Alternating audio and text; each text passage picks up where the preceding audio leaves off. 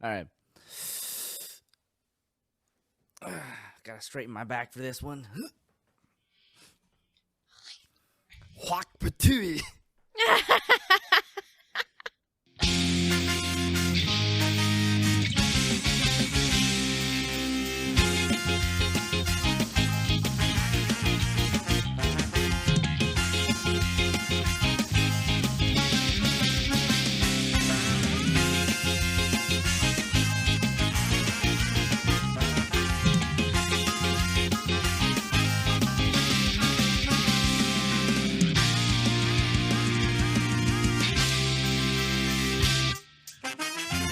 Hello, everyone, and welcome to the Atcast, a podcast for the study of modern visual culture. I'm your genius tactician and ya boy, Soup. And I'm your party hard up and coming talent, Renu. This week, AT stands for Absolute Territory because we'll be sampling the spring 2022 season. But before we get into that, what have you been up to? Nothing. We recorded so soon, like just a week ago. Yes. From our last episode, and nothing has happened. Absolutely nothing. I just existed. That is for a week. That is very true. The podcast is in that current area where we are recording like once every week and posting an episode like once every week. Yeah. So, plus, it's the sampler, so it's like a half episode. So we don't. We don't need to get into it too much. It's not like a major life update, right? That's gonna be the next episode when we spend half the episode talking about all the stuff that happened and all that crap. Yeah. Okay. All right. Cool. Yeah, I don't even remember what we talked about a week ago. So we also, to be fair, also talked quite a bit on Saturday when we were doing Ace Attorney when I showed up like a couple hours late. That was a good one. I wasn't sure how that stream would go, to be honest, because I was just so tired. I was like ready to go to bed. But it actually ended up being super, super fun and surprisingly high energy for how out all day I was, you know? But yeah, cool. So this week, this episode we'll be talking about the spring 2022 season, which has been quite interesting. There's a lot of stuff coming out this season. We're back on that like pace that has been pretty prevalent in the last like 2 years or so. We're like, there's just like a ton of shit every season. And I don't like it. I want to go back to when there was like 2 good shows, you know? No longer are those days. It's like here. It's like you get to watch like 2 good shows, and then after that, it's like dealer's choice, and you can just like pursue whatever you want. And I think that's kind of grand. Not gonna lie. But yeah, shall we get into it? Let's not dilly dally too much. Yeah, get out of here. Okay. So, first up is Kaguya-sama wa Kokurasetai, Ultra Romantic. So this is the 3rd season of Kaguya-sama, and it is more bonkers than ever before, which is really saying quite a lot. We've talked a couple of times in the last couple seasonal episodes, specifically when Kaguya has been airing, that they make it so visually interesting to watch. Especially after the first season. The second season is like, it really ramps it up. Well, the 3rd season is that, but it feels like they've really like come into their own with it, right? It feels more pointed and more purposeful than ever before, right? So, yeah, that's pretty good. We'll be watching this, so, you know, we won't talk about it too much here. Because plus it's a sequel or like a continuation. Yeah, rather, it's a sequel. You know, a lot of the stuff that you say about the first, season of something is going to probably apply to the second, unless it's quite a drastic case, like Promise Neverland season 2. Yeah, this one didn't hard left just yet. Right. This one has been giving us exactly what we asked for. In fact, it's been giving us more, which I'm pretty thankful about. Yeah. So, keep that one in mind on the burner. Spy X Family, which we are also going to continue watching because it is super cute, is very hype, animation's very good, and the internet is on fire because they love this anime. As they should. Right. I feel like you get a general gauge for how popular an anime is in its given season, depending on how much fan art you see of it. And I have seen a lot of fan art.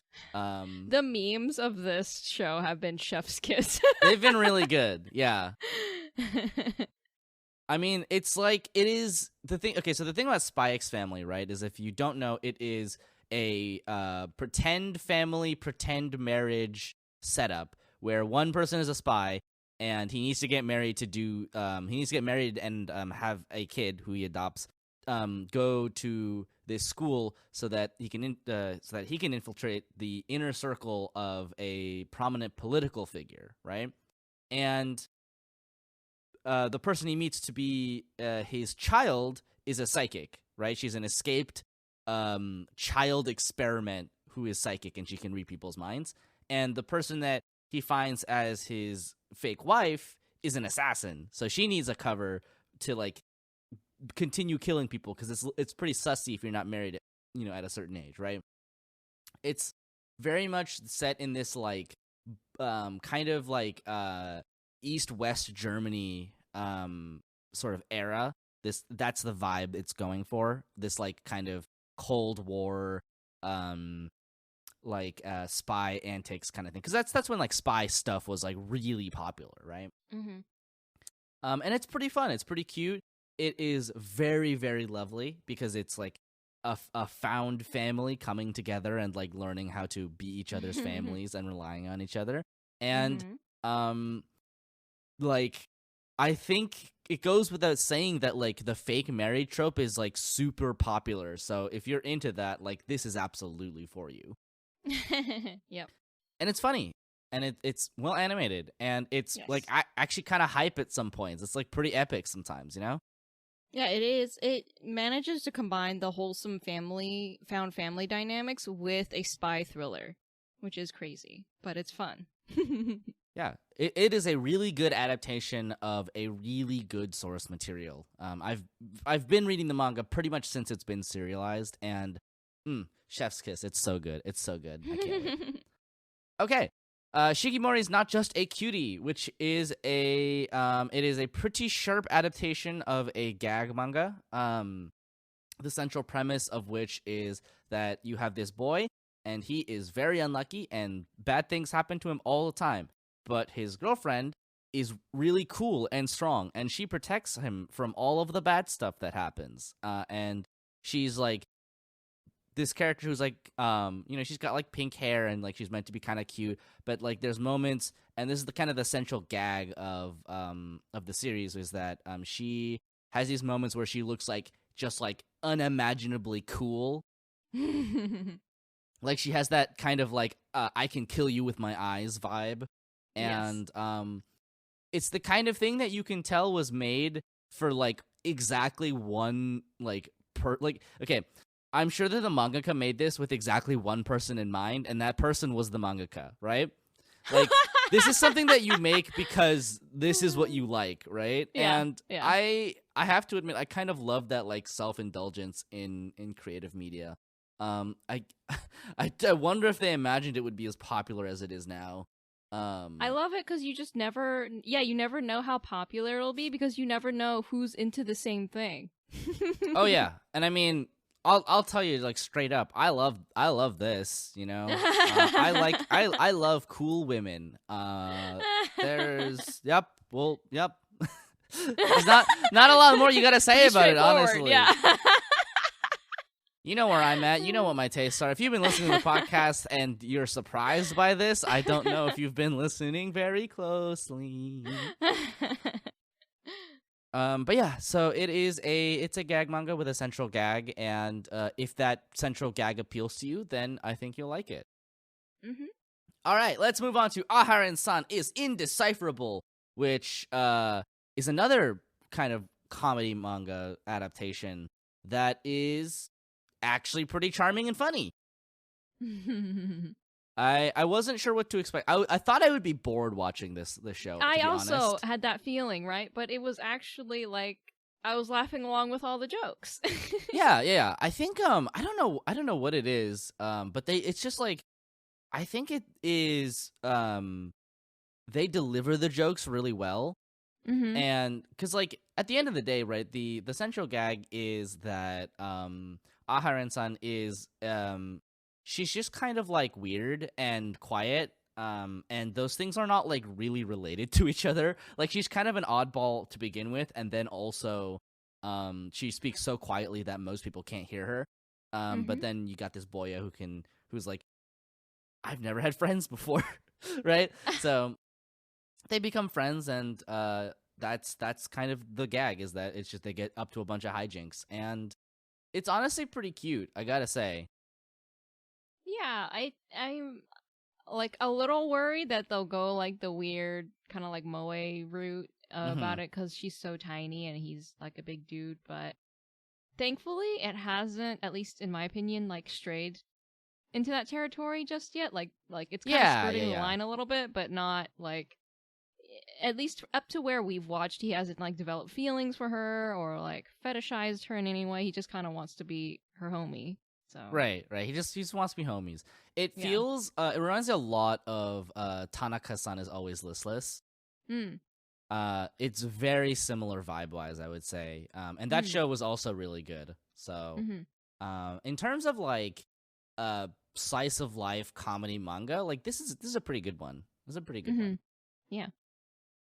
They're very charming. Yeah. I've been enjoying it so far. Okay. All right, next, Skeleton Knight in Another World. We didn't watch this. I have read the manga for this, and I totally forgot about this until people brought this up in relation to it. So Skeleton Knight in Another World is an isekai series about a guy who reincarnates into his MMO avatar, who is a skeleton, right? And so it's just like about him trying to not be a skeleton anymore, sort of. Right? Like, that's the setup, because he's like, oh, God, people think it's really weird if I'm a skeleton, so, like, I gotta, I gotta unskeleton, or that's the setting he goes with. He's like, I'm on a journey to unskeleton myself, right? And as far as isekai goes, it's, like, pretty standard fare, I would say. It's not, like, so far on the scale of, like, power fantasy, I'm the most powerful, look at all my slaves, or whatever, right? It's not that kind of show. It's a lot more just about like vibing in the isekai world, which is like nice, but also, and this is the kicker, right? Is that it starts with a very graphic sexual assault scene, which is just extremely upsetting, and like I wish it wasn't there, and it doesn't do anything for the entire, like, it doesn't do anything for the show. It's just there because, like, I don't know, medieval it's fantasy. Even more insulting that it's like medieval fantasy and sexual assault. I get just like it's so unnecessary. Like, it really truly is. That's the kind of thing that you incorporate because it's not only a central part of your story. It's like your story isn't there without it. You know, that kind of thing. Like that's yeah. Like the thing about it is that I don't think it's impossible to tackle a subject like sexual assault sensitively and meaningfully and in productive ways, but like a lot of the times it just feels so like unnecessary and gratuitous, and like the thing is that sexual assault is one of those, like, it's one of those things where it is so real and upsetting and pointed and triggering to the point where if your media has a sexual assault scene, it becomes about that sexual assault scene. So like even if you're like, but I'm doing it so that I can show you that my villain is the bad guy. It's like, well, okay, like there are other ways to do it that don't suck, you know? Right? It's like, because even if you were trying to do that, it takes all the air out of the room. You know what I mean? Yeah.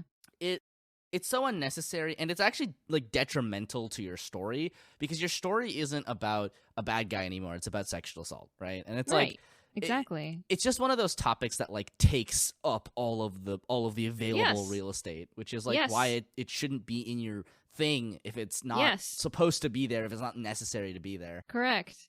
Right? It's not a thing that you just slip in there like, ooh. Oops. oops, it's all sexual assault. This will just enhance the story. Stop. Like it's just a little spice. No part about it actually tends to enhance a story unless that story is about sexual assault, right? Like maybe something out there exists, but like I sincerely doubt it, right? I've never seen anything handle it well, especially not an anime. Good fucking god. All right, well, so that aside, if that is not an issue for you and you like isekai stuff, it's not the worst one. I would say it's pretty entertaining otherwise. I just don't know why that scene is there. Okay, let's move on to Summertime Render, which we thought was really interesting from the trailer, but and this is a new problem, and this might actually be a problem that balloons in the future. We can't watch this show because it's only licensed for Disney Plus in Japan. What? Wait, what? So this show isn't this show is like only licensed for viewing on the Japanese region of Disney Plus. Wait. But then is it even subbed? I don't know. I don't know. And if I had to guess, I would say probably not. Right. So there's just like no legal way to watch this if you're in the States. I mean, all that being said, given the current landscape of the anime streaming market, I would say it is not out of the question if an episode of this or any anime you've been wanting to watch just kind of falls off the back of a truck and into your lap. I'm just gonna say that would not be a huge problem. Okay. And I know we had an entire episode about piracy, right? And the thing is that people generally tend to not pirate things if like watching them legally isn't a huge pain in the ass, right? So like if it was legally streamable, we would have watched it, but we didn't. Could we have pirated it? Yes, but it's also kind of a pain in the ass, you know? Yeah, especially if it's not subbed, in which case we wouldn't be able to, catch everything, Yeah, well, probably somebody has fan subbed it by now. You know people. That's true. So, yeah, that's the weird new place where with Summertime Render. Hopefully they just sub it and release it on actual Disney Plus, and then we can watch it. Yeah, maybe it'll just take time.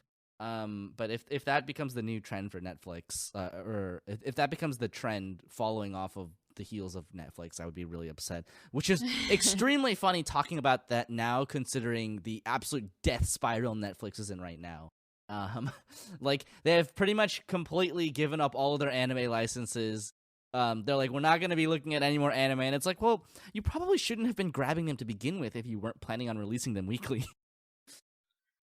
I don't know what their financial model is doing right now, but it's going somewhere. I mean, this is the problem, right? This is the problem with capitalism, is that it's not about making a profit. It's about making more profit than you did last time, and anything less than that is a failure, right? Right. The problem is that Netflix had a really good business model for getting people on board and using the service. Right? Yeah, they did. And exactly. It had a great player, and it made a couple of missteps along the way. Like, for instance, removing the ability to screen cap. I don't know if you know this, but you can't actually screen cap Netflix shows on your PC. It will show up as like a blank thing, and you might see the subtitles or something. I don't know how that interacts with the other screen capping apps like Yazo, but in my experience, I think they also don't really work. They had some they must have some proprietary way of getting around it. But that was awful because people sharing screen caps of your show is like a great way to get free advertising. It's like just shooting yourself in the foot for no reason. Well, the reason is that they don't want people to steal parts of their show or whatever. It's kind of like when people, steal make clips and they Right, regard it as exactly. stealing or whatever, you know, like Right, it's the but same like, thing, but with a screenshot. but like the thing about that is it's just like demonstrably bad for business to Yeah, of not allow course. that, because it's very obvious that word of mouth is like the best thing to get people to Right. watch your thing. Especially when you have like such a huge library and your content is constantly being swapped in and out. You want people to be talking about your shows as Yeah. they're still on the platform so that they become aware of it. There's like probably hundreds, maybe thousands of shows on Netflix that I'm not aware of whatsoever that could probably be totally like my alley. Oh yeah. But I don't know about them because we're not really there's not enough word of mouth. Yeah, and like the thing is that Netflix ran into this problem that is so stupid. It is like the dumbest problem to have. But and this is the problem with capitalism, right? It's the problem with capitalism is it's not about making profit, it's about making profit more than you did last time forever. Right? It's about infinite growth, yes, right, which exactly. is literally Infinitely. impossible Yeah. because you brush up against the literal bounds of reality, right?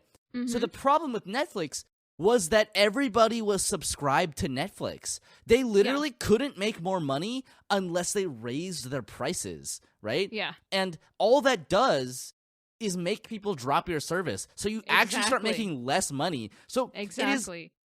Netflix actually pretty much reached the 99.99% completion of like the world in terms of who is subscribed to the service, and as a result there was nowhere else for them to go but to just sort of toilet tank themselves because investors are shit and capitalism is garbage, right?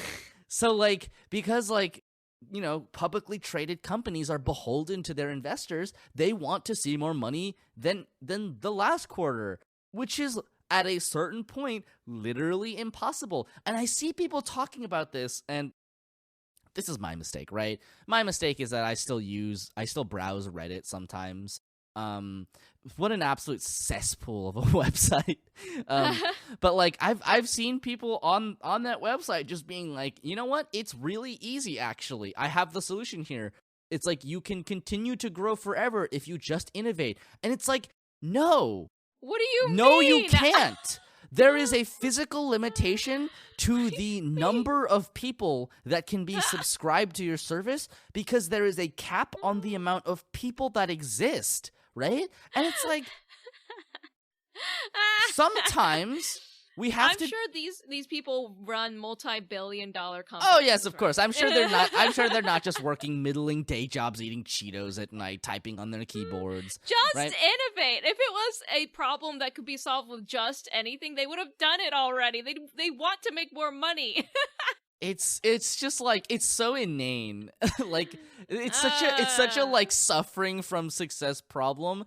But also it shows you the limitations of our current model of how we organize the world, right? It's like you can't grow forever if your business model is we just need more people to subscribe. There is a limit to the number of people out there. Yeah. Right? Like a 1-year-old does not have a credit card. You can't include that person in your list of like in your metrics, right? So like Netflix pretty much capped out how many people they could get. And as a result, the investors were like, you got to make more money. And they're like, what the fuck do we do now? Right? Mm-hmm. And after that point, the only thing you can do is just start asking people for more money, whether it's through, upping your fees or introducing like extra paid content, which is the dumbest shit ever. Also, I hate that so much, right? Like the fact that like, I think Disney Plus has this where like you have to subscribe to Disney Plus and then that gives you the privilege of paying to rent a movie, right? I think that was the thing with Mulan, right? You have to pay like $30 to see it or something, even though you were already subscribed to Disney Plus. No. Yeah. So, those are all awful options. They're all terrible. No. Sometimes you have to just be okay making the correct amount of money, right? And alas, if we lived in that world, but we don't. So, here we are in watching a company do the dumbest donuts you've ever seen straight into the toilet. Okay. All right. So that rant aside, we did not watch Summertime Render. So let's talk about the world of Otome games is tough for mobs, which is the setup of it is that a man gets isekai'd into the world of an Otome game that he reluctantly played for his sister. And the world is basically like hilariously imbalanced. It's like a matriarchal sort of monarch society. But it's all over the place, and that's like kind of on purpose. The setting is all over the place on purpose. It's this like fantasy, like kind of Grand Blue Fantasy, like floating islands sort of thing, except there are also mechs, which to be fair, Grand Blue Fantasy also does have mechs. And he just gets reincarnated into this world, and he has to figure out how to not get married off to some person who will just abuse him for the rest of his life. And I think it's a fun twist on the isekai genre. The episode that we watched was kind of like I would say that the manga is fine. It's pretty entertaining. It's pretty popular too, so like that's probably why it got turned into an anime. The anime is like an okay adaptation. It doesn't do anything special, but you know, I think it if you like kind of like if you want to watch like just like an isekai story with like slightly different orientation, then this is a pretty decent one. There's the main character is not like liked by everybody. Like it's one of those shows where he's like everybody thinks he's an asshole, and he's only slightly less of an asshole to the people close to him, right? But I think some people like that trope, and you know, like I like that trope sometimes. So if you like that trope, then this is not a bad one. It's not a bad one to watch. We probably will not be watching more of it, to be honest. But that's just because we're kind of pressed for time, and I've already watched it, and nobody else really has any interest in. All right, let's talk about The Dawn of the Witch, which this is really funny because in the trailer watch, I thought that this was a spinoff of Zero no Tsukaima. It is not. It is it is a spinoff of a different series called Grimoire of Zero, which I've also heard of, but you know, you can see why I might be a little confused about that. Anyway, this anime was like this anime felt like a 5 out of 10, you know? Yeah, I wasn't super sold on it. I'm not generally like the kind of person who uses like a number scale to talk about anime, because I think at this point most people have understood that it's really hard to just like get a sense of what an anime is like just from a number rating. But this just feels very, very average. It feels very, very not special in any particular way. It's like an anime TM. Yeah, right, exactly. It kind of like checks the boxes of like here's waifu 1, here's waifu 2, here's main character, here's a bunch of magical terms. Right, which I exactly. find is how it's like how a lazy anime does world building is it just throws a bunch of foreign words at you. Well, this is how any kind of like middling fantasy does anything, right? All they do is put capitalized normal words, and they're just like that makes it special, right? And like don't get me wrong, I love middling fantasy. I'm guilty of doing this too. But this is a professional production, so I don't know. You know, it's like it's kind of boring. I was bored watching this. I like, tuned out and did something else, honestly. I'm sure this is someone's cup of tea. If you like Grimoire of Zero, I don't even like. I think if it was like if I had known about Grimoire of Zero, maybe I'd be interested, or maybe if it actually was a spinoff of Zero no Tsukaima, maybe it would have been more interested. You know what I mean? Actually, it would have been pretty. Would have been pretty funny. Oh, you know what? Actually, I will say I did like the lizard guy. Sure, I liked him as well. But that was the only thing I liked about the anime. Yeah, it felt like the one like it's not even an original thing, but it felt like the most original thing about the show. Right. And it's like, I mean, at that point, maybe just go watch like Goblin Slayer. Like it honestly, and this is okay. This is one of those things, right? if you want an anime that is like just straight up D&D and you've already watched Record of Lodoss War, watch Goblin Slayer if you can get past the exploitative, gratuitous sexual assault stuff. Wait, which is in very tiring. Oh yeah, Goblin Slayer. Goblin right, Slayer. 'cause Goblin Slayer literally opens with that crap too, right? Oh yeah. I was trying. I forgot that was the name of that show. Yeah. But which is such a shame because like the rest of the show is like pretty decent. Like it's actually just like straight up just D&D in. That's anime what I heard. form. Yeah, and they roll dice and everything and whatever. But like, so yeah. Anyway, yeah, I'm gonna give this one a pass. Let's talk about Love After World Domination, which we will be watching, so we probably won't talk about it too much. This is cute. It is about a Sentai hero, like a Power Ranger, and a general from the evil army, and they fall in love together, and it's really cute. This premise is just so everything that like I'm interested in. I know this premise is so charming. Like just the idea of it is so cute. Like yeah, like I mean, what do I even say about it? Like it's so like the main Sentai, he's the red Sentai, obviously, and he's like just a meathead, right? He's just obsessed with working out.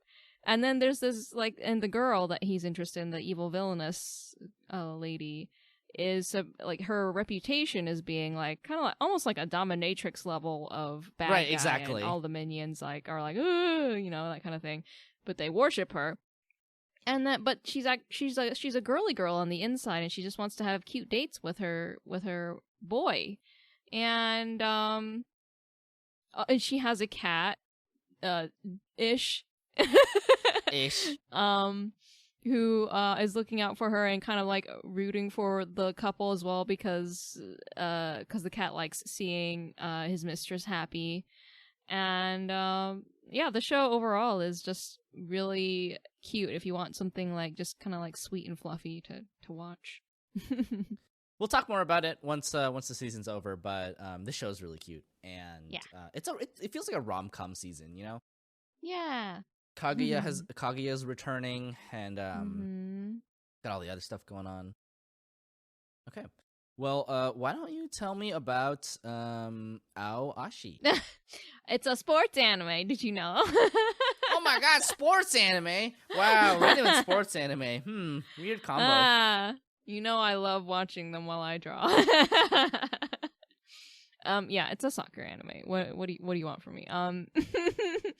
It is it has a very typical setup, and at first I was gonna take a huge pass on it, but then as I was watching more of it, the more I realized I wasn't able to stop watching it because the family situation is rather similar to my own personal family, and I was oh no. The only difference is that it's similar to my family dynamic if you removed myself and my father out of the equation. Okay. So, like, the mom is, like, the hardworking, like, kind of strict mom who, like, she keeps her most of her thoughts to herself, about, like, how stressed she is about, like, financially providing for the family, but she does every now and then kind of, like, confide a little bit in the oldest brother because he's at the age where he can work and also help her provide for the family as well. And the mom is at odds with the younger son. There's two sons in this family, and he is like a very rambunctious, like outspoken, athletic kid who loves soccer. But the problem is that he's fully aware of his family's financial situation and how much his mom had to work just to afford like a pair of cleats for him. And so he's like basically worn these cleats into the ground because, you know, he doesn't want to ask for his mom for anything, and he feels guilty about that kind of stuff. But the way he plays soccer is like it's like a very selfish style of soccer because he's really good at it, but his teammates are all like kind of like middling or mediocre at it, you know? No one's like nearly as passionate as him or as good at it as him. And so he ends up kind of like getting this opportunity where he can, I guess, potentially get scouted by a really famous youth soccer team. And so his brother ends up kind of like sneaking him his savings to help pay for his little brother to go to Tokyo to go audition essentially for this soccer team. And the mom didn't want to provide funds for this because, you know, she's against it. She doesn't want her son to leave. She also is like, we can't afford for you to live in Tokyo. You know, that's just way too much money. And so that's when the brother kind of stepped in, and he's like, kind of like trying to smooth the relations between the little brother and the mom, and, you know, just kind of like trying to support the little brother because he was the one who taught the little brother how to play soccer. But he also understands the mom's situation. You know, she's trying to look out for how to provide for everyone in the family, that kind of thing. And I was like, that's a really nice, like, setup that you've got there, because it's relatable to me. This was an anime made with an audience of one in mind. Yes. And that audience was Yes. Renu. I don't like the main character's personality, but I love the way they set up his background because it makes him tolerable. You know, he's such an obnoxious kid, but then you learn that, oh, he really likes his family, and he gets into a fight with this punk who was like basically trying, like actually trying to say anything and everything he could to get the main character to hit him so that he would get in trouble and get taken out of the match, because the main character was the one, you know, he's the star of the team or whatever in their little middle school. And so the main character does end up hitting him, but you find out later on that it's because the punk was basically making fun of the main character's mom because she has a night job, and he's saying, ooh, so she probably does that kind of thing for her night job, right? To oh put money on no, the table. kids are the yeah, worst. And so then the main character slugged him. And so then I was like, all right, okay, so the main character isn't a total, like, a total washout, you know, right, shonen exactly. stereotype. Yeah. It's like, you know what, man, you're right. You were right to hit him. Yeah, you're right, exactly. So, I'm still watching it, and it does its job well as a sports anime. So if you just love your typical sports anime, then, you know, why not check it out? You know what? Fair enough. Kids, Yep. don't be fooled. Sometimes violence can solve problems. The kid came by and apologized, the punk kid, at the end of the episode. Oh, fuck yeah! Yeah, he apologized. He came over to the mom's house and apologized directly to the mom. Listen, let it be known. Violence does solve some problems. No! That's the lesson I want you to take away from this podcast episode. Stop it! All right, well, okay. Let's talk about The Executioner and Her Way of Life, which was a super oddball series. And, like, Dude, boy. the show did not go anywhere I was expecting. So, yeah, like, I remember reading the synopsis of this and being like, Yeah. okay, we have to watch this. Yeah. And I remember watching the first episode and being like, "Oh, I wonder if all that stuff was still true." They do pretty effectively like bait and switch you with the opening. They do. Like, It's really it's an good. isekai show. Oh, I got a cool power. Like, okay, you know, maybe he'll be put to use in the assassination organization or whatever. And then she just fucking ices him. Dude, it was set raw it as up hell. so well. Like, it introduced this guy character who looks like he could be the protagonist of an isekai, right? And he's course. so stoked to be in to be in another world because he knows the whole shtick, right? He knows the isekai shtick. And he, like, it starts off with him kind of getting a raw deal because no one is interested in him, even though he's an isekai protagonist. He's like, what the heck? I should be the hero, right? And then the main female lead approaches him, and she's super cute, right? And she, like, kind of like approaches him like she's a little bit strict, a little bit, you know, bratty, I guess. I don't know a better word for it, but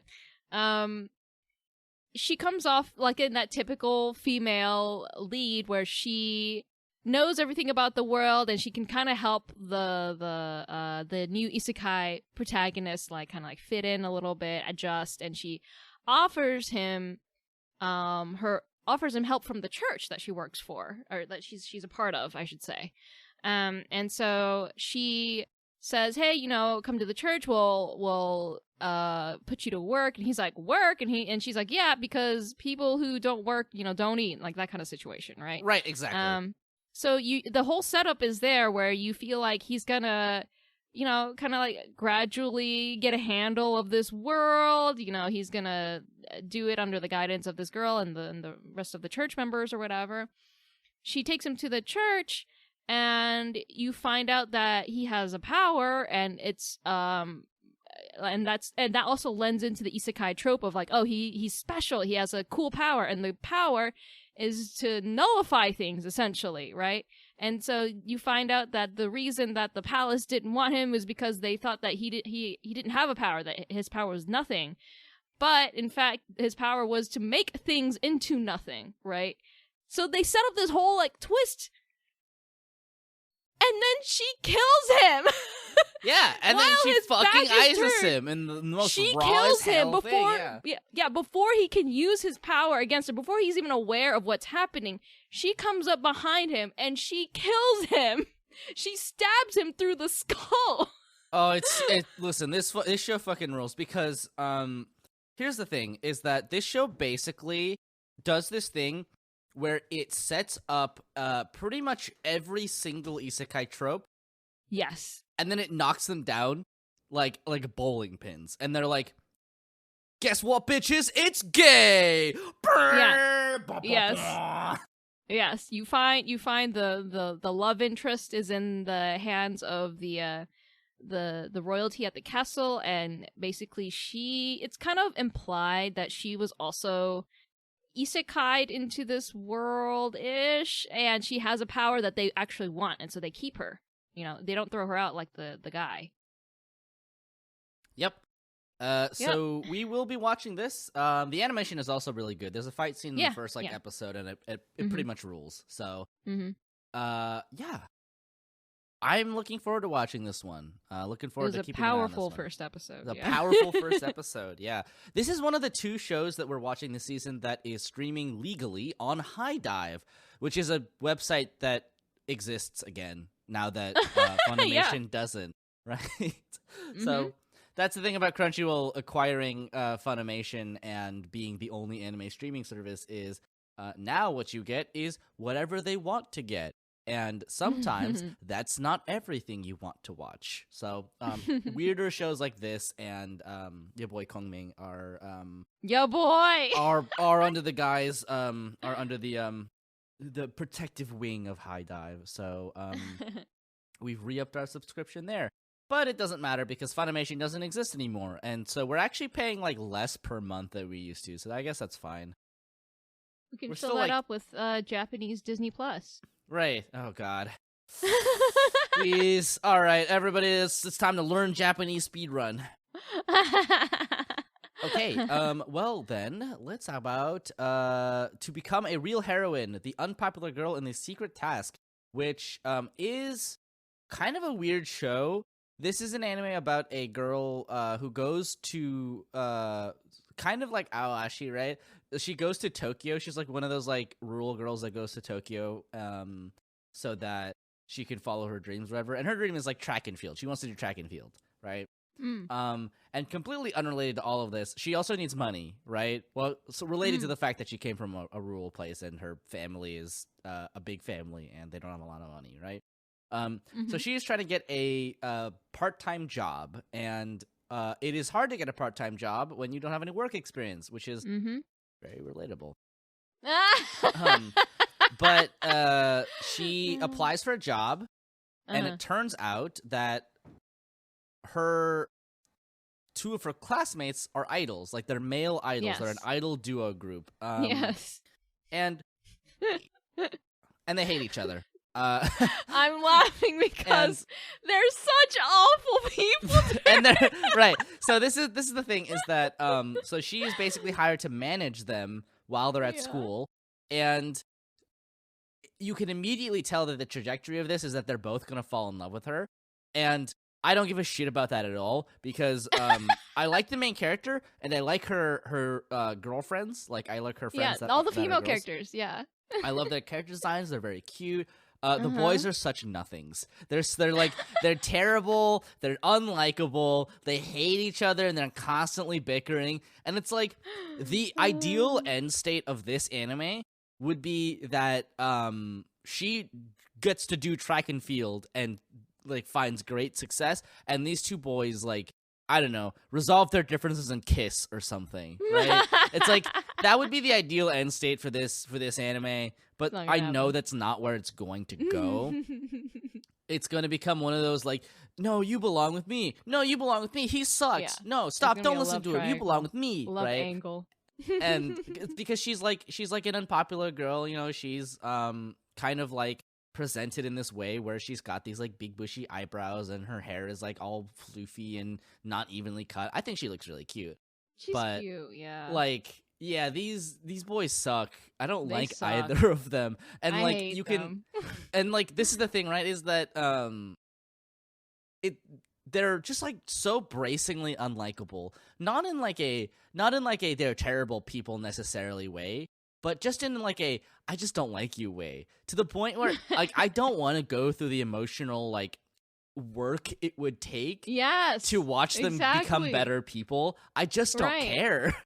Right, exactly. That's totally it. Which is funny because like the show is like okay, right? I just like I just see the trajectory of it and I like want no part of it. But like if that premise interests you, then I would say go for it, right? It's like a pretty well animated show. The character designs for the girls are all cute. I don't know what they were thinking with the boys. They look so weird. They look so bad. Their haircuts are so awful. Yeah, One guy in particular, we were making fun of his hair. Making fun of his haircut the whole time. He looks like Lauren's Fire Emblem. Like but just his haircut, and it's like so like out there. I don't know. It just doesn't work for him, and I don't know. Like he's meant to be this like sex symbol, but like I don't know.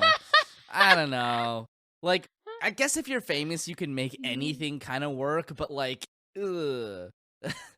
No, get a better haircut. All right. Anyway, Danseur, which is a anime about ballet, specifically about male ballet. This show was surprisingly good. I wasn't really sure how I would feel about this show because you know it's a sports anime, right? And we've watched a couple of sports anime in a vaguely similar vein. Like we watched that gymnastics anime. We actually watched a couple of gymnastics animes. And every single time you get the same thing where it's just like, oh, but boys don't do that, right? And I will say I think I like the way that it's handled here. The fact that you get a male ballet dancer who's like the person who like inspires the main character. And the thing that I love the most is that they are like extremely masculine, right?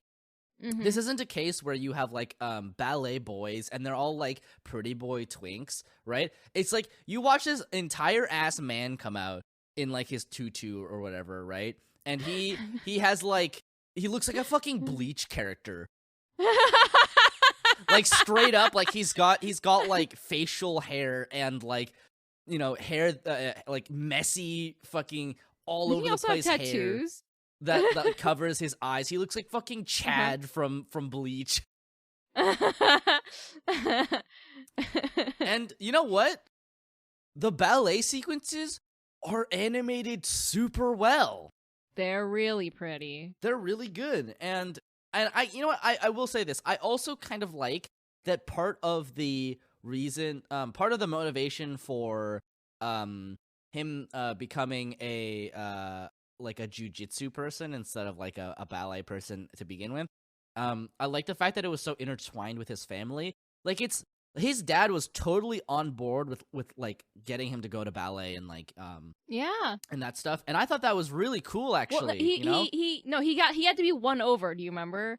he at first was like kind of about it, but Right, then when he right. saw how happy his son Exactly, was doing ballet, he got won over by it. It was so cute. It was so funny because like Yeah. it's like, sorry, what was that? A wholesome family dynamic? Like parents listening to their children and like encouraging their interests? What am I watching? Right? But also, and this is absolutely bonkers. So he was so his dad was a like a martial arts coordinator for movies, which is like a really cool thing, right? Yeah, he was like a stunt director. Yeah. But then, so he goes, he lets his son do like ballet, and then he gets a little bit of trauma when he goes to ballet, and his friends are like, "Oh, gross, ballet, that's for girls," or whatever, right? Because they're just like shitty boys. And then his fucking dad dies the next day. Yeah, horrifying.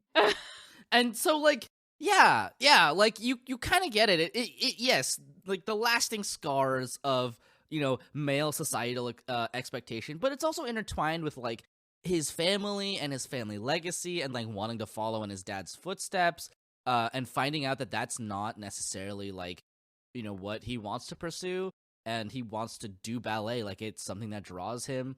All of that kind of stuff, I actually think is a really great setup. I was surprised at how like adept the setup was for this show.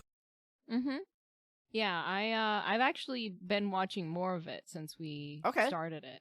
And it's definitely like the reason I really like it is because it's very it draws out that element of I guess like shoujo Right. series, Yeah.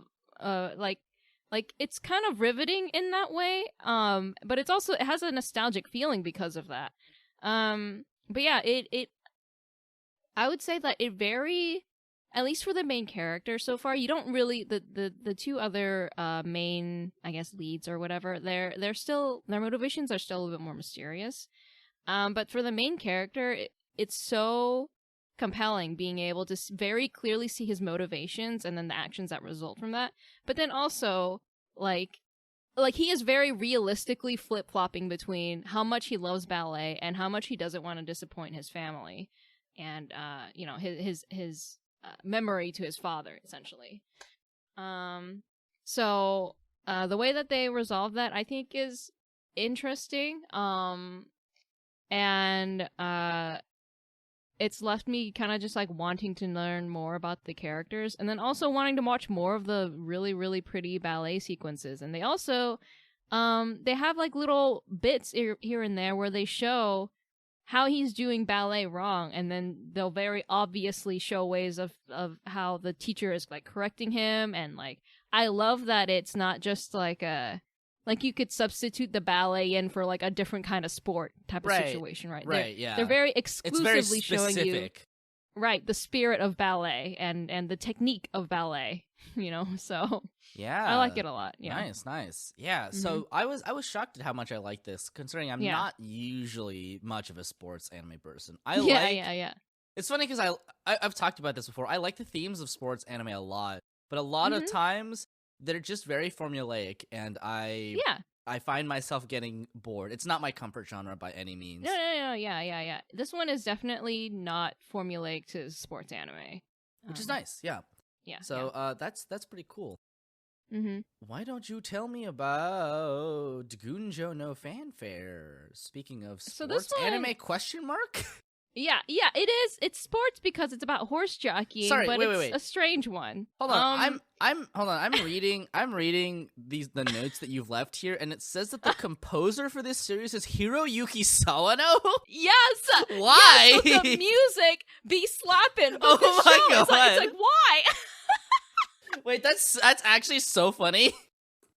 It's not his usual work, obviously, because it's like horse jockeying, right? And so you get to see like a more, I mean, not that he doesn't do this kind of music, but it's like a more, I guess, pastoral, kind of like low energy music, like paired with a little bit more upbeat tempo when they're racing and stuff like that, or when something exciting is happening.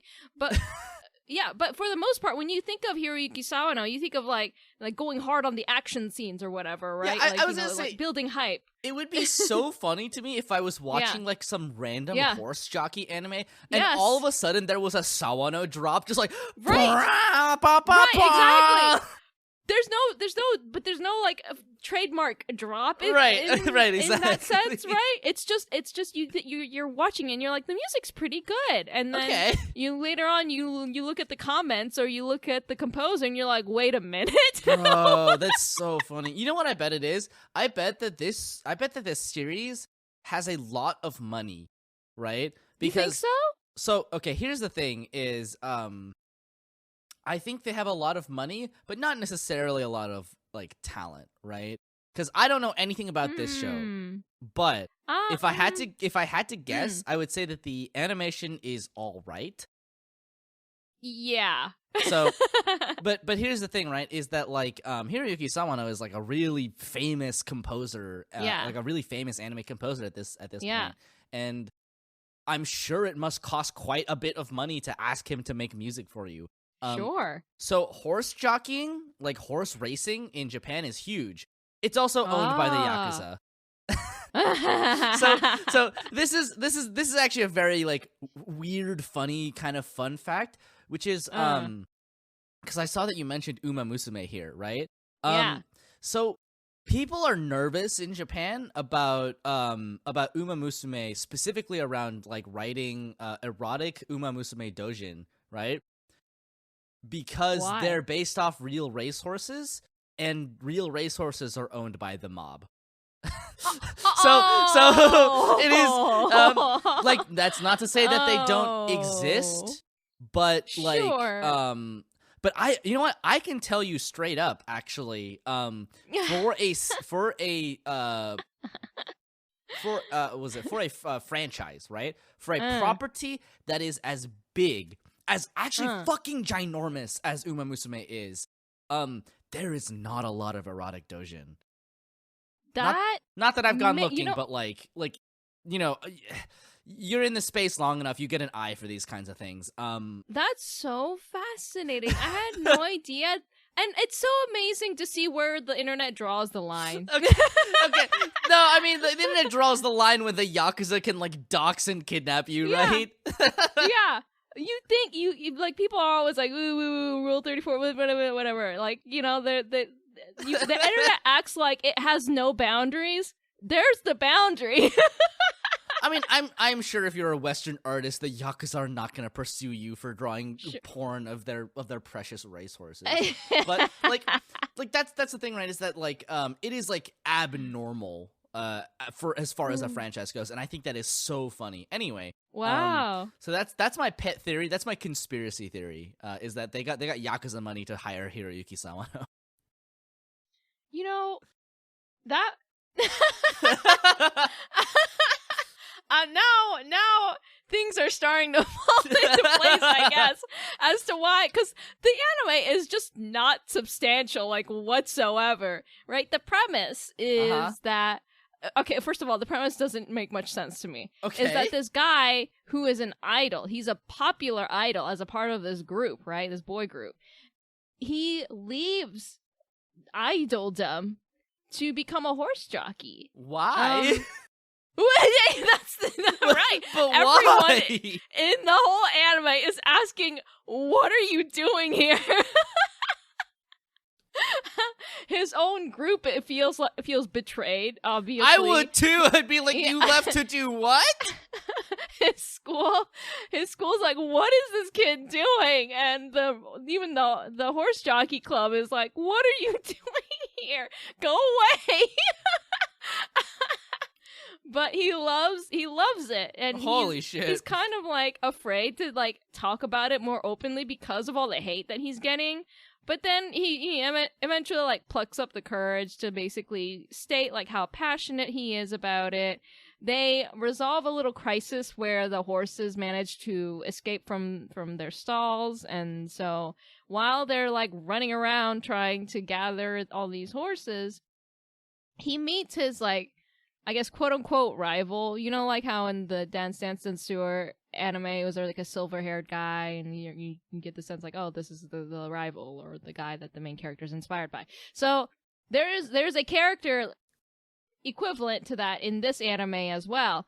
The thing is that he like the way that he presents himself, he's kind of like a natural at being a horse jockey in a sense. Like he has a connection with the horses. He's kind of like a bit of a horse whisperer kind of deal, right? Right, of course.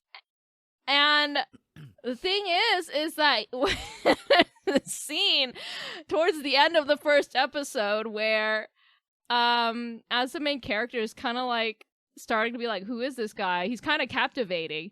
He like the main character. I can't. He's like getting off of the horse or whatever.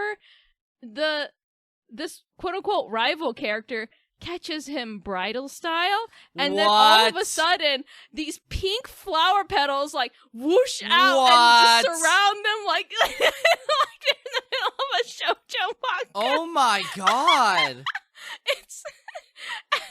that's why I'm just over here like, this isn't going to be a BL, but this moment right here is but my god, are you teasing? Oh jeez.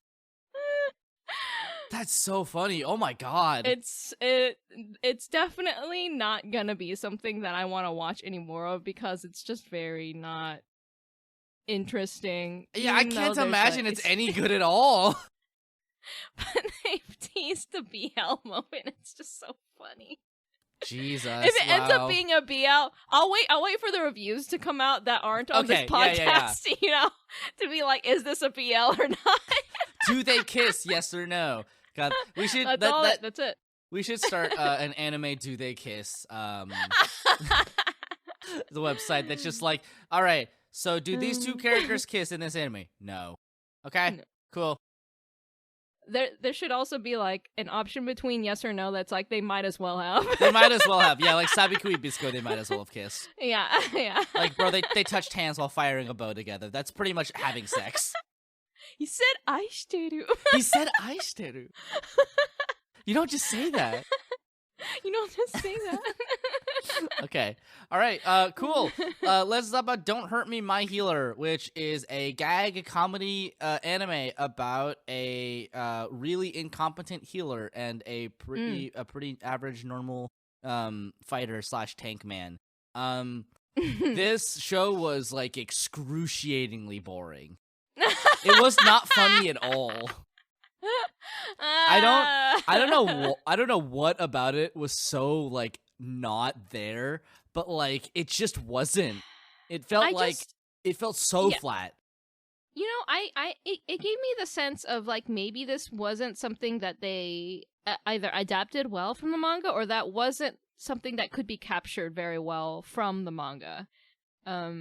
Like to me, it feels like it could be like a light humor, like Yonkoma or something like that, you know? Yeah. I think you're right. It's like filled out to be an anime, and so then therefore the pacing drags, and it's super boring.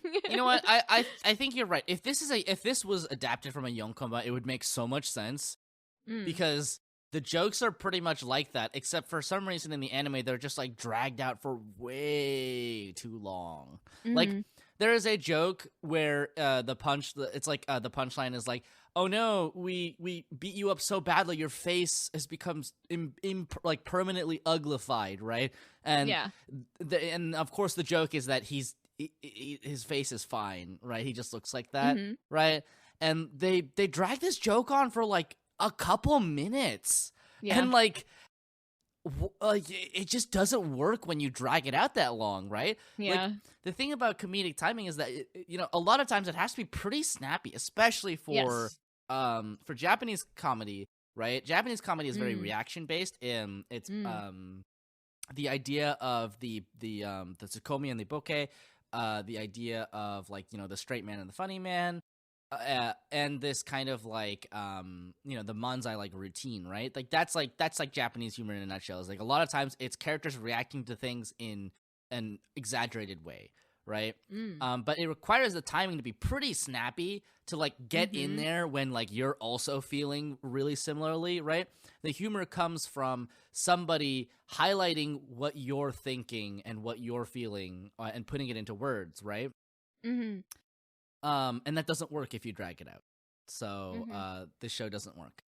Maybe the manga is like better, right? Maybe the if it is a yonkoma, then that would make way more sense. But as it stands, like it's like a full-length episode, and not a lot happens in every episode, and it's not that funny along the way, and like none of the jokes land, and it's like painful. It's painful to watch. I don't want to watch any more of this. Yeah, I barely wanted to watch any more of it halfway through the episode. I was already done. I was like, oh my god, this is a full-length episode. No. Suffer. I did suffer. All right. Speaking of suffering, or rather, should I say the lack of suffering, ya Boy Kongming. Oh, baby, this anime is great. Bro, I went into this fully expecting like a super low budget, like, you know, like it's just a gag anime, like with a funny premise, like bringing your boy Kongming from the Three Kingdoms era into the modern the Three day Kingdoms Japan. Zhuge-Liang, and he's just here in the modern era. Right, from China to Japan. Of course. And that was all I expected, and yet this anime is actually super competent. Like yeah, I would agree. Way more than I would have ever dreamed of for this type of premise.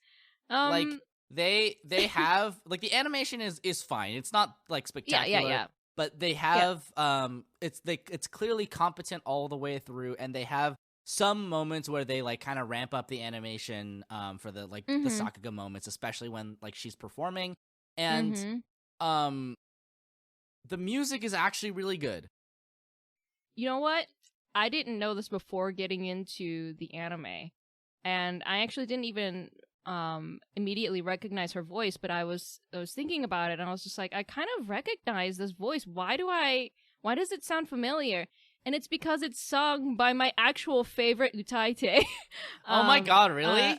Yeah, her name is, I mentioned it to you guys while we were watching, but her name is Kyuroku Neko. Right. She's also known as Kuro Neko. Yeah, so her name is written as 96 Neko. And she sings all of Eiko's songs, and also, I think also the ending. The ending, at least, is a cover of a early 2000s Japanese pop song that was really popular back then. Okay, I didn't know that. That's really cool. Yeah. And the fact that they released all of the songs on YouTube for everyone to listen to, oh, so good. Wow, that's delightful. I mean, honestly, I wasn't, I don't know what I was expecting. I was expecting to be pretty funny, right? Pretty entertaining. Right, But, like, it's actually, like, really good all around. Like, yeah. I would say that no particular aspect other than the music, like, stands out as being, like, singularly, like, exceeding excellent. Right. But it is, like, very solid on all sides, I would say. Yes. Yeah. And it's, it plays the jokes pretty well. It plays the more serious things pretty well. And I think the central gag of like the fact that he's just, you know, Zhuge-Liang from the Three Kingdoms, like in actual real life, and he's here now to make somebody a big pop idol, it's so funny because the first time he's like, you know, because like they do this thing where they foreshadow what is going to happen in the episode by telling you a story from the Three Kingdoms. Yes. So they're like, they tell you, like... yes, this reminds me of the Mirror Maze Labyrinth or whatever, right? Yes. And then you're like, oh, that's a pretty funny thing to bring up. And then later in the episode, there you go, he's doing it. He's literally doing it in real life in modern day Tokyo. Because they set it up so brilliantly too, because they show in the first episode, they give like you a little primer on the Three Kingdoms era to basically give you some background as to where your boy is coming from. But then because they kind of like continue it in the later episode, you're like, oh, okay, they're just telling us more about his background.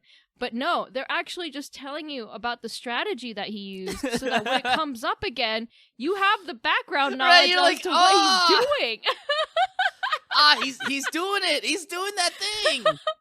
He's doing the Stone Maze Labyrinth from the Three Kingdoms. Yeah, so if you like the Three Kingdoms and you're totally on board with having this man's, be teleported into modern day Japan just for kicks, it's just so delightful to watch. This is such a delightful show, and I promise we won't talk about it too much more because I do want to save some for the wrap up, and we will be watching this all the way through. We'll be watching more of it. But I think there is something to be said because there is there's an undercurrent that runs throughout the whole show that feels very I don't know, for lack of a better word, it feels very interesting.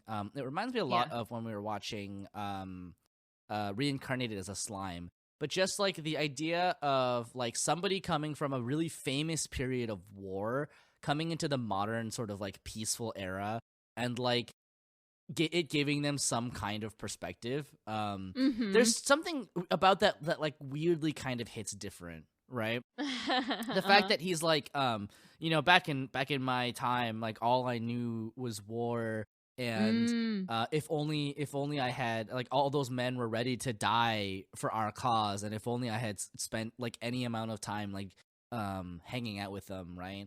Yeah, I love that part where he was saying, that one of the soldiers asked him to like come join them for drinks, but he was so caught up in like, coming up with plans to like, do the war stuff, because he's a strategist. He turned him down, and then, those people were all people that he would never see again because it's the middle of wartime.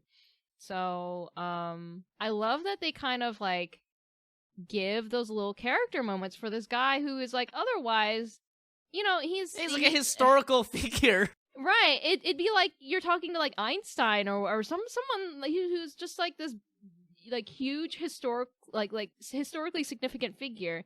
You kind of forget that they're people too. So I like that they tried to help like personalize them, Yeah, they do give him some interiority, and I think that's really neat. Yeah. But like I said, we will be watching more of this, and you can hear more of our thoughts at the end of the season. Let's talk about Birdie Wing Gold Girl story. Absolutely, what the fuck is going on in this anime? So if you wanna just have a kick, right? Just watch a single episode. Yeah. Of this anime. So it will feel forever long, but just watch. Yeah. So we only watched one episode of this show. Yes. And it felt like I watched 3 episodes of a show, but not in like a bad way. It was just like at the end of the episode, I was like, what the fuck is going on? Right? Like so much happens so fast, but in a way that isn't like too fast. It's like the right amount of too fast, right? That's a weird way of putting it, but like this, okay. So this show is about somebody who plays golf for money, and not like a professional golfer, like somebody who like she's like a golf mercenary, right?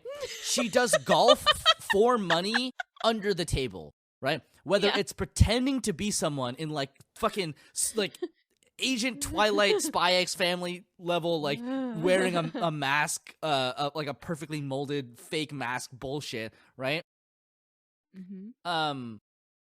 So she plays golf for money, like she's a golf mercenary, and she encounters another girl who is a golf fucking maniac. She loves golf. She's obsessed with golf, and they play a game of golf together. And that's where the first episode ends. There's so much stuff that happens in the first episode that I can't even summarize all of it for you here. This show is so weird because it's like it's all over the place. Nothing in it feels consistent, and it's kind of incredible. Like they're in some like fake European country that's like sort of like Portugal. The main character is like trying to keep a like bar orphanage open with her golf, her mercenary golf money. Like it feels very international in a weird way. It's like a Shinichiro Watanabe project, but it's not a project helmed by Shinichiro Watanabe. It's like if you took... we have no idea like geographically where these people are, by the way. So like if I had to describe it in like one sentence, imagine if Shinichiro Watanabe directed Megalobox but made it about girls playing golf. That's what this show is, and that's why it's so confusing. And like the animation of this show isn't even consistent, which is hilarious. Like I don't mean that in like sometimes it's like choppy, sometimes it's like bad. No, I mean like the anime is fine. The animation is fine, but sometimes it pulls out the most bonkers sequences. There's one of the characters, the golf mercenary, when she like tees up and does her golf swing, it like they like bring the black borders at the top and bottom of the screen in like it's a movie, and it basically is this like fucking Bakemonogatari-esque like sequence where she's hitting this goddamn like golf ball and like saying some shit like blue driver, right? Oh yeah. Oh my god, you have to we gotta talk about the stunts that she pulled as well. Like, oh yeah. Okay, right. One time she does this blue driver move, I believe, and she like shoots it like through a tree, not like around a tree, but like she busts like the golf ball busts through a branch of the tree and then lands exactly where she wants it, right? So yeah, so literally, they're playing golf together, and like she's like, they're playing golf together, and they're like, there's no way you'll get past this tree. And earlier you see that she was like practicing driving golf balls into a tree trunk, and you're like, well, that's kind of weird, isn't it? Right? Yeah. And like the thing is, she literally drives it through the tree branch. It fucking breaks, and they all do that fucking anime thing where they're like,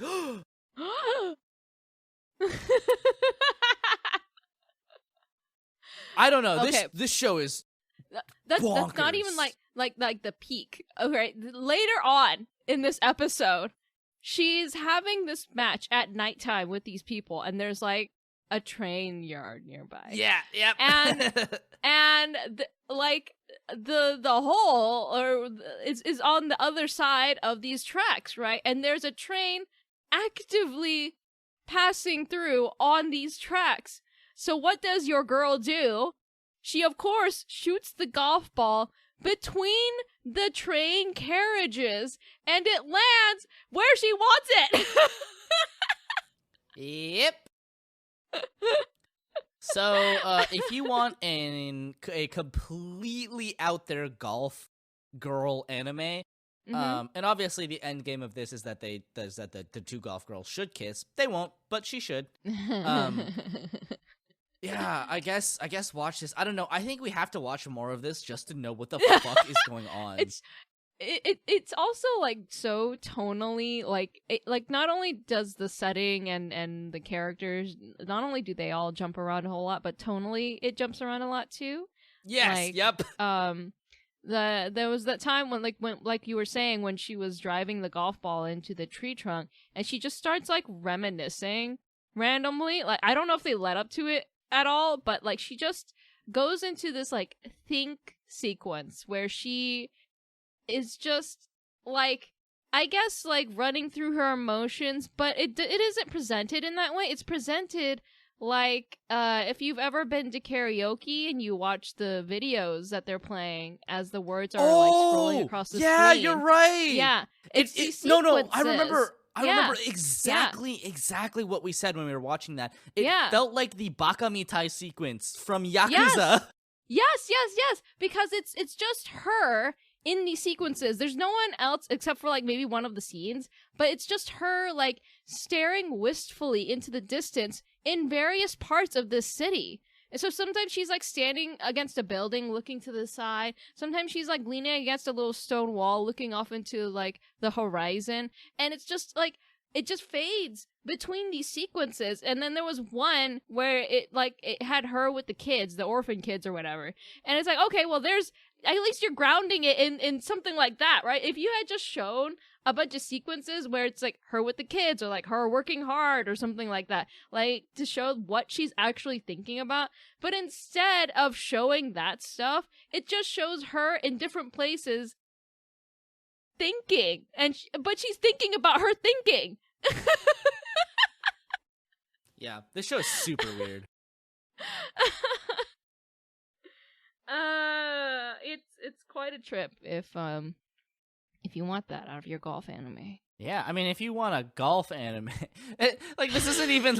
It feels like the golf is tangential to the story. It is. We were just saying the whole time, like this wasn't initially about golf. This was about her, like being a murderer or something like that, like a hired hand to kill people. It literally feels like she was like this was a series that was conceptualized as her being like a hired killer, and then for some reason, at some point in production, transformed into being about golf. They're like you have to make it about golf. Why? Right. They wouldn't let them make it be about like her being an assassin. And so they were like the studio or whatever was like, you have to make it about golf. This is what the investors are paying for. Right. So they were like, okay, we're being paid by the Golf Association. Yeah, I'll take my script and sub out all of the shooty parts with golf. Like, when she's shooting the ball into the tree trunk, it felt like she was doing target practice. Like, that was the moment when she was shooting cans off of a fence. I think we're, like, this close to watching somebody die by golf, I think. I feel like by the time this show is over, somebody will get killed at the hands of golf. Okay, all right. Well, let's talk about Healer Girl, which is a weird multimedia musical kind of anime. Which is so it's about a world in which singing can heal wounds. So it's like a practiced medicine, like applying drugs to people, right? Like prescribing drugs to people. It's like an actual medical practice, and you have to like become. You have to go to like school or like you have to, I guess it's like more like a mentorship, right? And you kind of learn how to do the healing stuff, right? And it's about these girls, and each of them has their kind of own personality. One of them is extremely gay, and it's about them navigating that. And this show is like really bizarre because it's a musical, kind of. Yes. But the music is like okay. There's a lot of it. There's a lot of it. It's a lot of unique music too. I like what I would say about the music is that it's like musical music, right? It feels like a musical, right? Like a Western musical. And that kind of music has I will say never necessarily been my cup of tea exactly. But that is the vibe it gives, and it is an interesting premise, and the animation is good. And I like the character designs. So, will I continue watching this? I have no idea. is where I'm at. I'm not like... I like the premise, the setup that it is about these healing girls, and I do think it's cute that it's kind of set up a bit like a musical. I just, I haven't found anything in the story yet that's like grabbed me, because it's... the first episode was just about... Right, the first episode was just about introducing the characters and showing that they're like apprentices or whatever. They're basically like the equivalent of med students, I guess. They're not supposed to actually practice medicine on people because they're not licensed yet, So I don't know. This feels like one of those shows that you just like have to listen to this synopsis and then be like, what the fuck, and then watch an episode to see how you actually feel about it. Like I don't know if there's anything I could say to like adequately explain what watching this show was like. Yeah, I think you'll have to go see for yourself on that one. So why don't you tell me about RPG Fudou-san? Okay, so granted, I should have known this just from seeing okay, the art. I'm looking at your notes, and you should have known this. I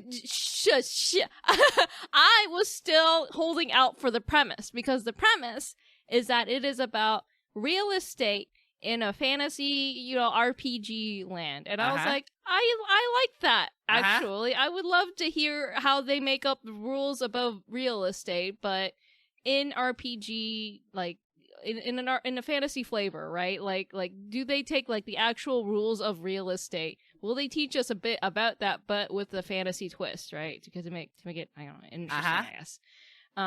But I was already interested based on that because I'm a boring person. I don't know. No.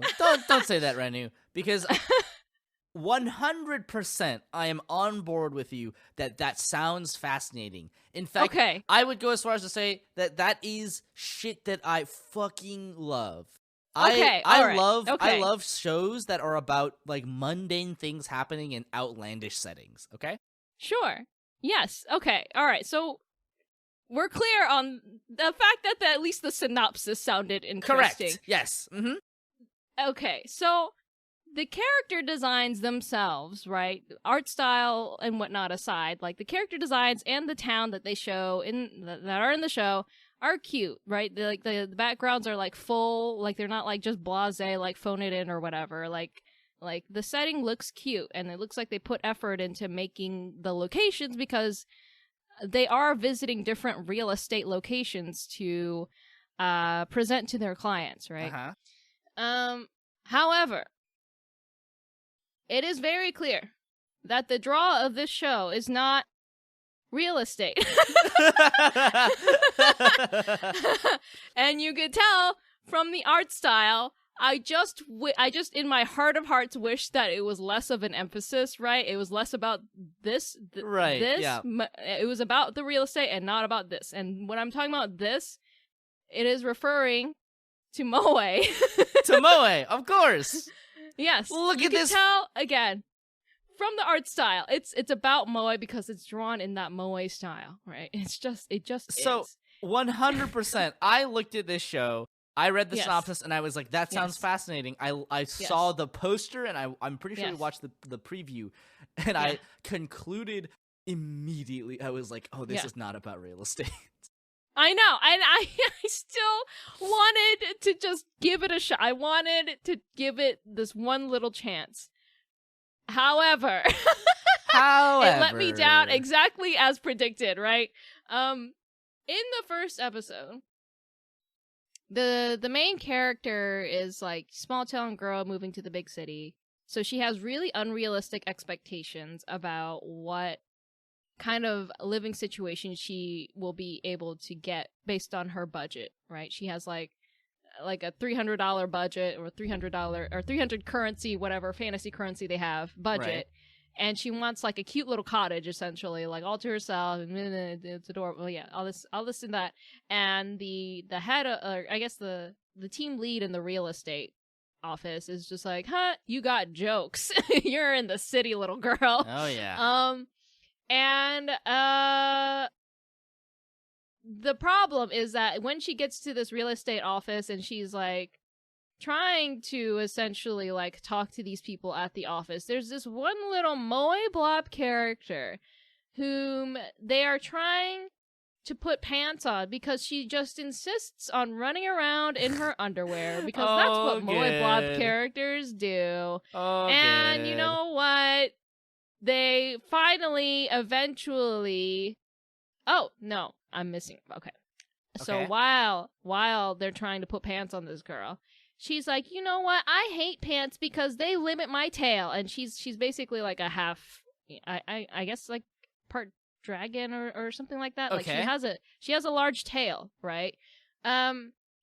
She hates that pants limit her tail. And she's like, you know what? You should join me and be free, no pants. And so she pantses. Oh my god. The head real estate lady. Oh my god. So there is a real estate Moe lady in just her underwear as well. And they have the little comedic like scream or whatever, and then after that they cut to everyone wearing clothes. And then they finally get to the real estate where they show the main character where she might be able to stay. Of course, it's in the same building as the Moe Blob tail, no clothes for me girl. Yeah. And they do have one part of the episode where they have this lady who's a client who comes by and she wants a place, and she is clearly someone of prestige, and so they keep showing her all these like rich bougie places. But then the main character realizes that this lady isn't really looking for that kind of thing. She seems like she wants like something a little more rural, And so she shows her this cottage type area that's like full of like these kinds of flowers that she noticed the lady liked, and the lady's like, oh my gosh, this is perfect. And the office is like, how'd you know that she liked that? And then the character's like, oh, I saw that she liked these flowers. And then that's the resolution of the case. And then it comes to the substance of the episode, Soupy, where she's with the Moe Blob tail girl, and they're taking a bath together. Isn't that adorable? they're just naked, and they just there's like bubbles are just barely covering them. You know, they're bathing, and you basically see everything, but you see, but it's censored enough that they can get away with it and put it on TV. And then later on, the other two girls in the office, right? There's 4 girls, including the main character, right? Mm-hmm. The other 2 girls, the head office lady, and then the other girl who's like, I guess like a warrior, but now she works at the real estate office. The other 2 girls are cuddling in bed. End of episode. That's it. Wow. You know what? This is incredible. I knew it was going to be like one of these Moe Blob, like Moe Nothing shows. Yes. And it was somehow even worse than I thought. That's impressive. That's incredible. It's, this wasn't for me, and I don't think it's for you, but it probably isn't. It's targeting an audience, and if you are part of that audience, then this is for you. See, this is the thing, right? Is that like I definitely think that there is a place for like Moe Blob do nothing shows. But it is always a little disappointing when a show that sounds like it could be about something potentially of interest to you ends up not being about that thing really realistically at all, right? Like this is the thing, right? Is that a lot of this is weird, right? Because I think that almost one of the problems with a lot of these shows about like, X in a fantasy world, especially like more mundane stuff, is that a lot of it is about characters, which isn't what the focus of the show promised, right? Right. And weirdly, one of the only RPG like fantasy shows that made good on its premise of building an actual world and exploring that world's intricacies and topics, is the interspecies reviewers. It's the one where they have sex with fantasy creatures. You know what? Another one that I liked that they took a modern day like concept and they put it somewhere else is Heaven's Design Team. Okay, that was good too. Took yeah, design and they put it in the context of God and creating animals, and it's brilliantly done. But yeah, so that's pretty funny to me personally. The fact that interspecies reviewers is still the bar for like shows that are about a setting. Like what? Guys, come on. This is where we are. This is where we are. It's like absolute schlock gets put out every season. And I know we talked about how there's too much English anime coming out, but like I wish there was some middle ground sometimes. Of just something that wasn't quite this garbage. No, Birdie Wing is the middle ground. You know what? I think you're probably right about that. I think that's probably fair to say. Anyway, so it sounds like it is not for either you nor I, but maybe it's for you. And you know what? If it is, no shame whatsoever. No shame. Just know that you are part of a very large demographic to which a great many shows are already catered to, and there's probably something that does it better for you anyway. TBQH. Like, there are VTubers out there now. You don't even have to watch garbage anime.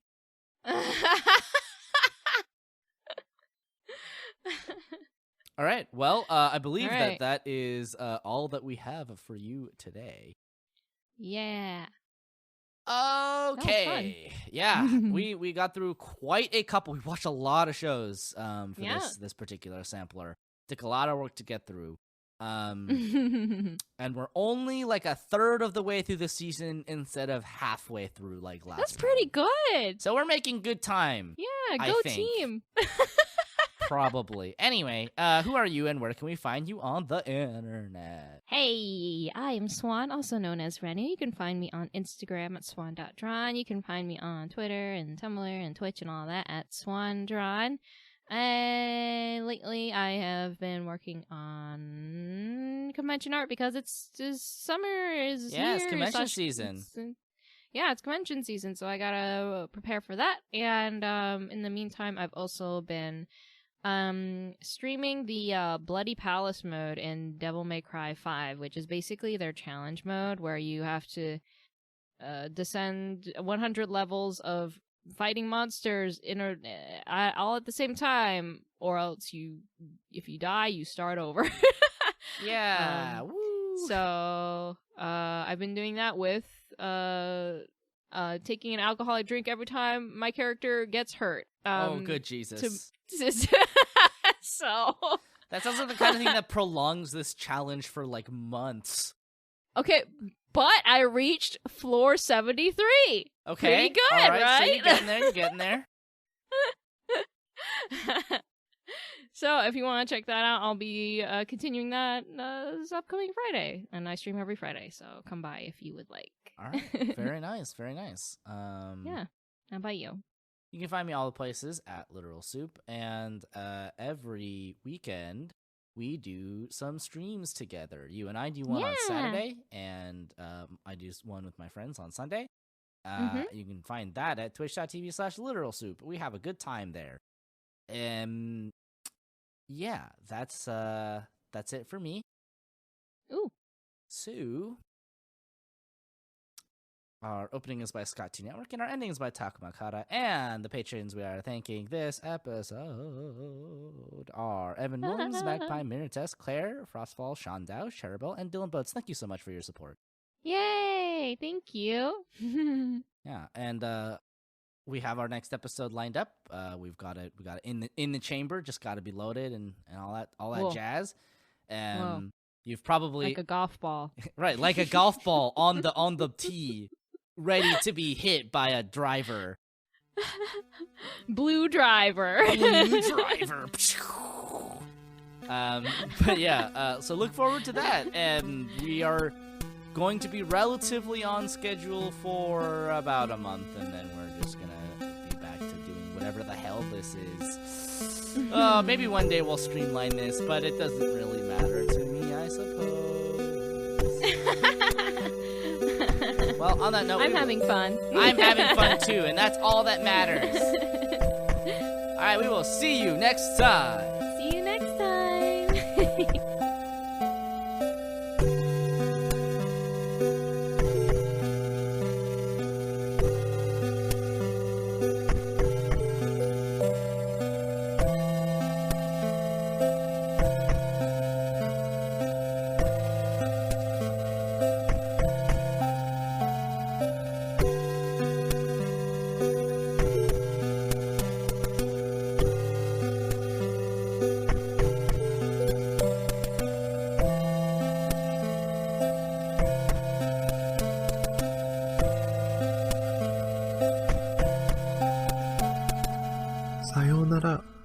また明日ね。